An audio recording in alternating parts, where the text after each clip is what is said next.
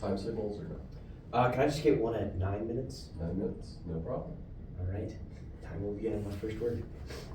Look surprised when he tells us. Aunt Martha, Aunt Abby, hold on to your bustles. We're married. Elaine and I are married. Oh, darling, isn't that wonderful? Aunt Martha, how wonderful is that? They're married. Yeah, and don't pretend to be so surprised either, you two old frauds. Before we go, we have to have a celebration. We'll open a bottle of wine and we'll sing and invite a few of the neighbors in. And of course, a wedding cake. Oh, but darlings, you won't have time to pick a cake. We're going to Niagara Falls. I've got a taxi waiting. Well, I'll run along and get everything ready. You know, I saw a play once. One of those whodunits called Murder Will Out. Oh dear. Yeah, what a play when the curtain goes up and the first thing you see is a dead body. The next thing...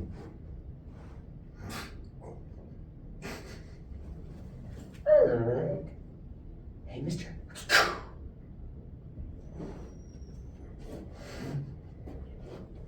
Happy bridegroom. Congratulations, darling.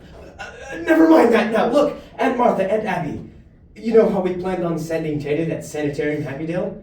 Well, I'm frightfully sorry, but I've got an awful shock for you. Teddy's killed a man, darlings. Nonsense. But there's a body in the window seat. Yes, dear. Oh, you know.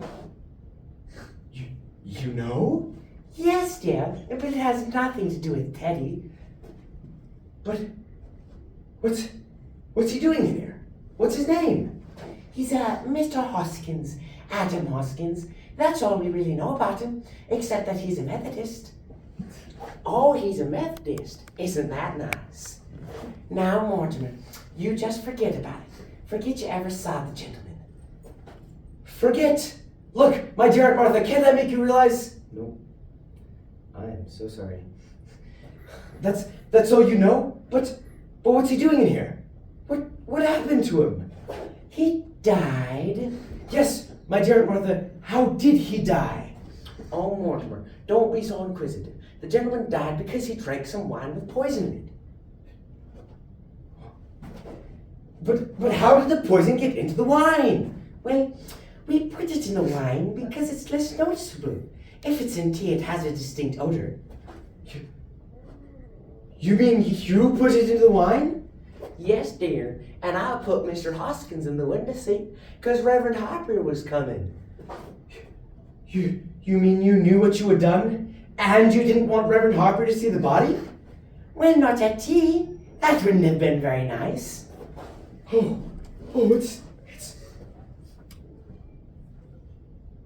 it's first degree. Now, Mortimer, you just forget about it. I do believe that Martha and I have our rights to our own a little secret. Have you ever had crazy relatives? I know I personally have. You see, I am the youngest of 9 children.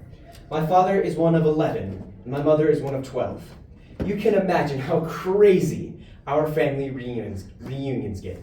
But they are nothing compared to the Brewster family.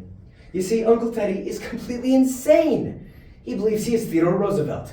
But Aunt Abby and Aunt Martha, on the other hand, are 2 of the sweetest, dearest, kindest old ladies to ever walk this earth. Or so we thought. Join me today in Arsenic and Old Lace by Julius J., Philip G. Epstein, and Joseph Kesselring.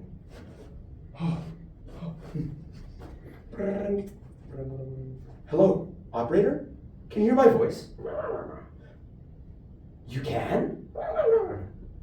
Are you sure? Clunk.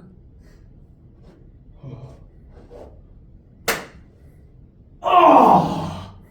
Oh! I must be here. I wonder what we're going to do.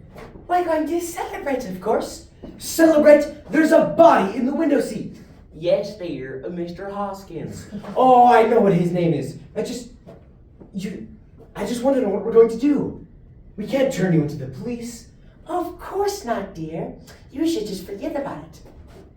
Forget? Look, my dear Aunt Martha, can't I make you realize that something has to be done?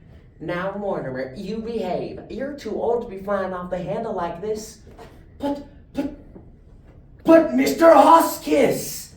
Hoskins, dear. Oh, whatever his name is. You can't leave him in there. We don't intend to, dear.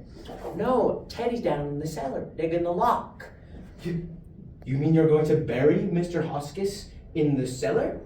Yes, dear, that's what we did with the others. Now, and Martha, you can't just... Others? The other gentlemen. Now, when you say others, do you mean more than one others? Yes, dear. Let's see. This makes 11. Isn't that right, Abby? Oh, no, dear. This makes 12.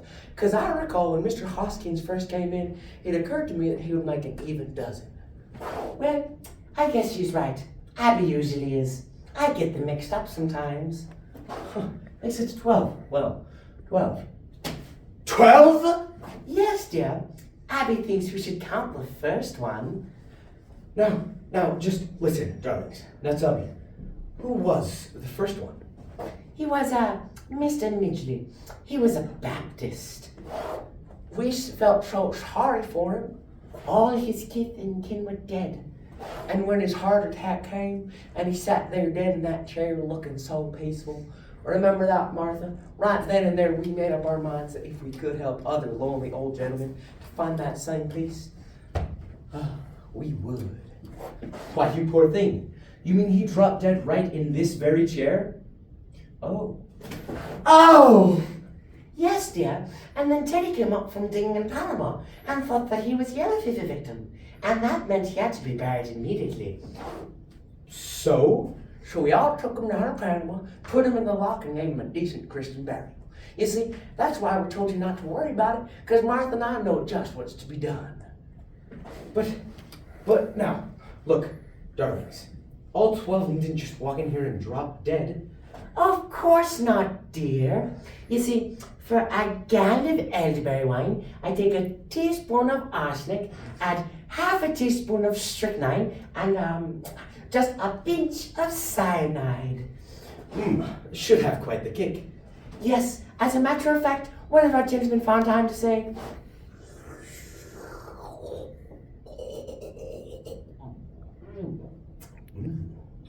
How delicious. He did? Well, isn't that nice of him? Now, look, darlings, you can't just do things like that. Now, I don't know how I'm going to explain this to you, but it's not only against the law, it's wrong. oh, piffle.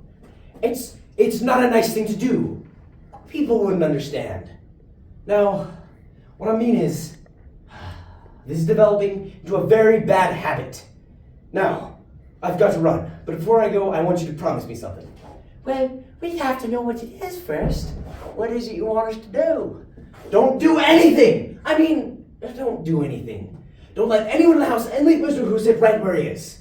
Now, I love you both very much, and you know that I wouldn't want anything in the world to happen to either of you. But what on earth could happen to us? Well, anyway, you'll do that one thing for me, won't you? Now, where's my hat? Aha, there it is. But Mortimer, What is it, darling? What? Mortimer, What? Stop that. What is it? Mr. Hoskins' hat. Oh! You know, Mortimer didn't seem to be quite himself today. Oh no, I wonder why. Oh, you know, I think I know why. Why? He's just been married. I do believe that can make any man a little nervous. Thank you.